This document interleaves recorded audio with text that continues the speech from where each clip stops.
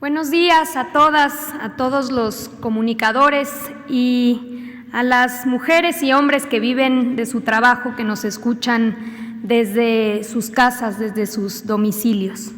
Hoy celebramos el Día del Trabajo en condiciones totalmente atípicas. En esta ocasión no hay congregaciones en plazas públicas y gran parte de la fuerza laboral del país está en su casa. Es tiempo de solidaridad y quizá más que nunca es importante reconocer que la lucha de muchos trabajadores y trabajadoras que anteriormente no gozaban de ningún tipo de derecho, hoy, a pesar de las circunstancias, nuestras leyes prevén que no es correcto abandonar a su suerte a miles de personas que entregan parte de su vida a empresas y negocios. Aunque también las mismas circunstancias que atravesamos nos muestran cómo una gran parte de la población lidia con los efectos de más de 30 años de una política neoliberal que llevaron a millones de mexicanos a vivir al día, sin capacidad de ahorro y sin seguridad social. En el proyecto de transformación del país que llevamos a cabo, el trabajo dejó de ser un tema relegado, marginal, y ha vuelto a la posición central que nunca debió haber dejado. Porque cuando hablamos de trabajo, hablamos de personas. El trabajo es el generador de la riqueza, la principal fuente de ingresos de las familias mexicanas, la actividad que nos confiere identidad y mediante la cual desarrollamos una vocación.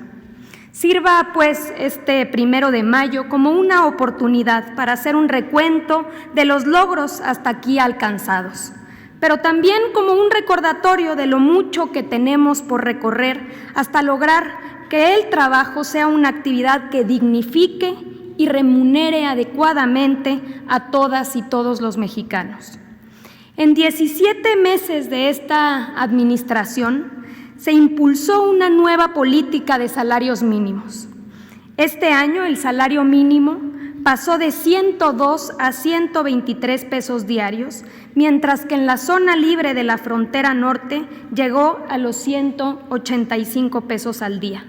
Sumado al aumento de 2019, el salario mínimo ha recuperado en 2 años 35% del valor que fue perdido durante 3 décadas en que imperó una nociva política salarial. Estos aumentos han puesto en evidencia que la amenaza de la inflación no era otra cosa más que un mito. Las evaluaciones apuntan a que la nueva política de salarios mínimos no ha presentado efectos negativos en los precios de los productos de consumo, pues la inflación anual fue de 3.2% en marzo. Más aún, según datos del Instituto Mexicano del Seguro Social, el salario promedio aumentó un 8% en los últimos 2 años. La reforma laboral es quizá el cambio más importante en los últimos 100 años para el mundo del trabajo. Reforma que fue acompañada con la ratificación del Convenio 198 de la Organización Internacional del Trabajo sobre sindicación y negociación colectiva. Es pasar de los contratos de protección, de la corrupción sindical, a lograr que los sindicatos, las organizaciones gremiales tengan autonomía e independencia frente a los patrones y también frente al gobierno. Que sean fuertes y que cumplan con su función de defensa de los trabajadores. Lograr que los sindicatos pasen de un régimen de simulación a uno de verdadera y legítima representación. A 1 año de la reforma laboral, más del 85% de los sindicatos con registros federales han adecuado sus estatutos para introducir el voto personal libre, directo y secreto para elegir a sus dirigentes, lo cual es de reconocerse. Además, para eliminar los contratos de protección, a la fecha más de 71,000 trabajadores han sido consultados respecto a si están de acuerdo o no con el contenido de sus contratos.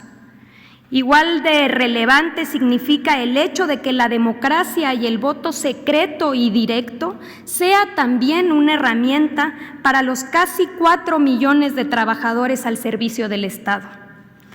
Asimismo, como parte de la implementación de la reforma, estamos consolidando de la mano de los poderes judiciales la creación de tribunales especializados en materia laboral, juicios cortos, orales, que den pie a una pronta resolución de conflictos y un auténtico acceso a la justicia. Estos tribunales, de la mano de los centros de conciliación, iniciarán a operar a partir de octubre de este año en 10 entidades federativas.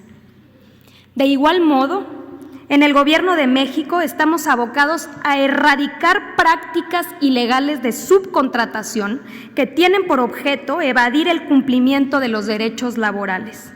A diferencia de administraciones anteriores que consintieron e incluso lo promovieron, hemos conformado un grupo de trabajo como nunca antes para lograr consolidar una estrategia conjunta con la UIF, el IMSS, el SAT, la Procuraduría Fiscal y el Infonavit.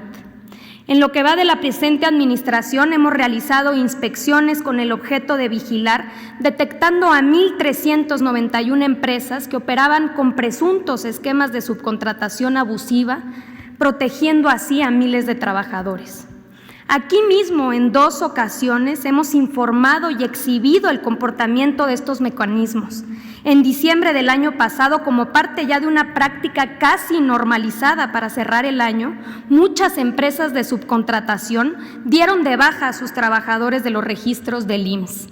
Lo mismo sucedió hace apenas unas semanas en plena pandemia.